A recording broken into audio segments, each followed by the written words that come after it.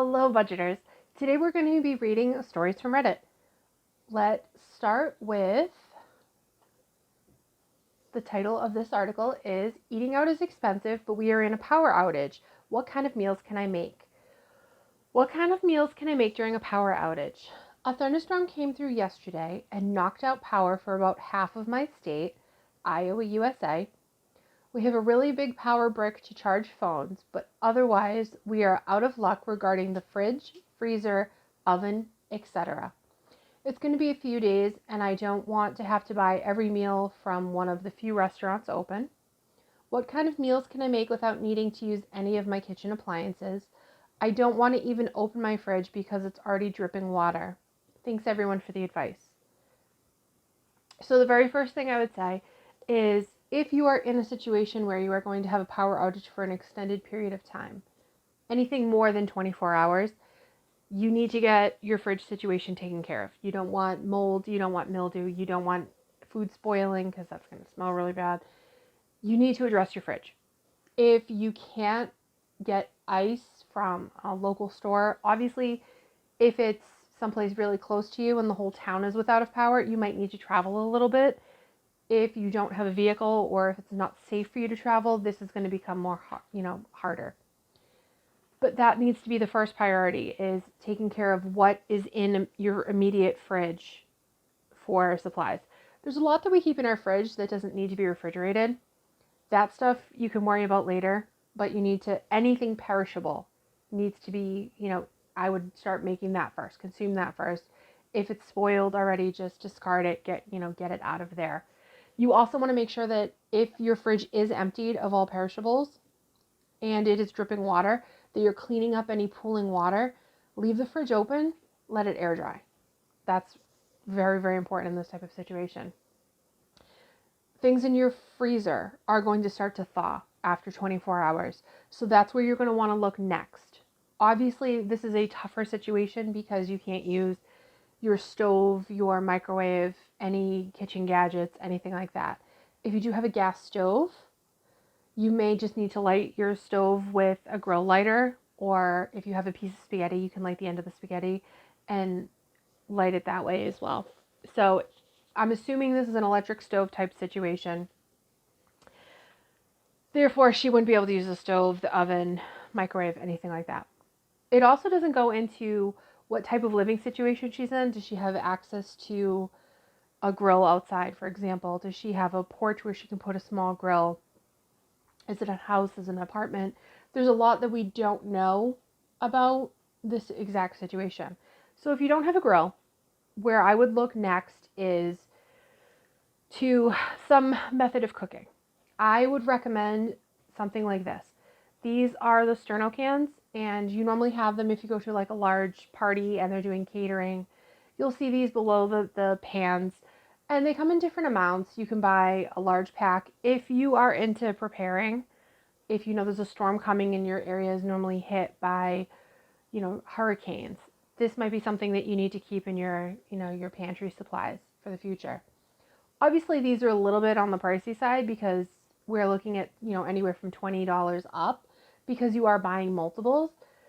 So maybe something like this, picking this up at a local Walmart where you can get a can for $3.12. It is going to be about 2 hours. That's about a meal.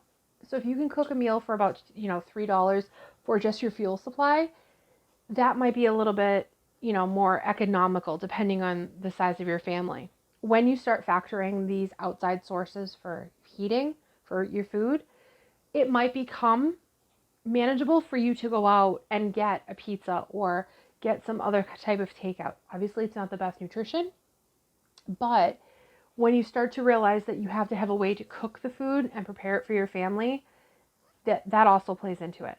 You also have to consider power outage. You're not going to have any hot water. So if you need to wash dishes, wash your hands, anything like that, you're also going to have to heat that water as well.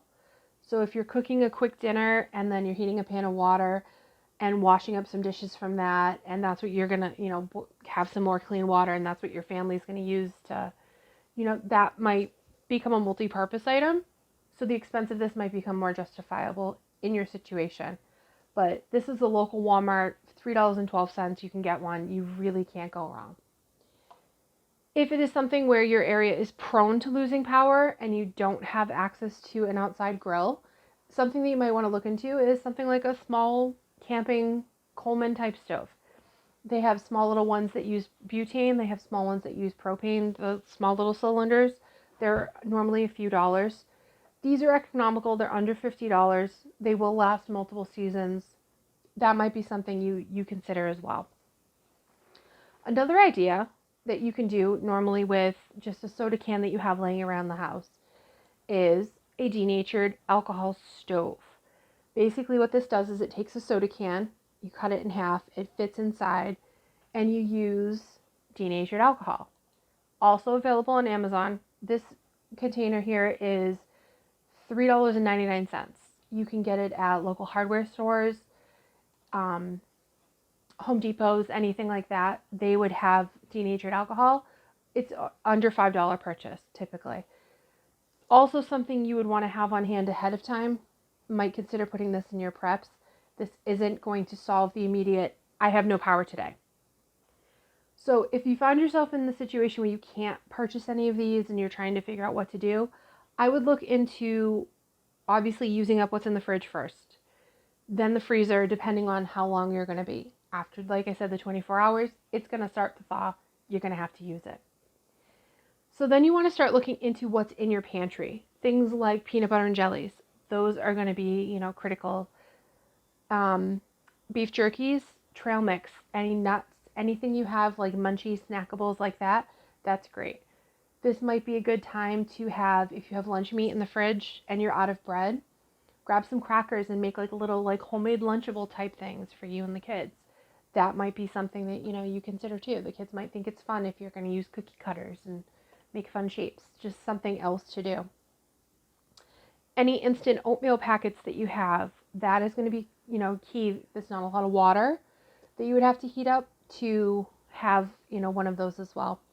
So that would go, pretty far with that. Granola bars, like I was saying, trail mix would be good. Mac and cheese, you don't have to necessarily get the kind where you have to add the butter and the milk. They do have kinds that you have like a packet of cheese and it's more like Velveeta style, and it's a pouch of cheese. You add it to the boiling, the already cooked pasta. So that might be something because that's got low ingredients. You may want to keep some powdered milk on hand. That might be something that you consider for the future as well. It might not help you immediate, but something to look forward to in the future. I would also look into things like pasta dishes. Tortellini would go really far. You could heat up, some different tortellinis, small amount of water. You could do it in a frying pan, very quick, one kind of meal, pot meal. And if you went to the store and got a rotisserie chicken, about $5, that would go pretty far.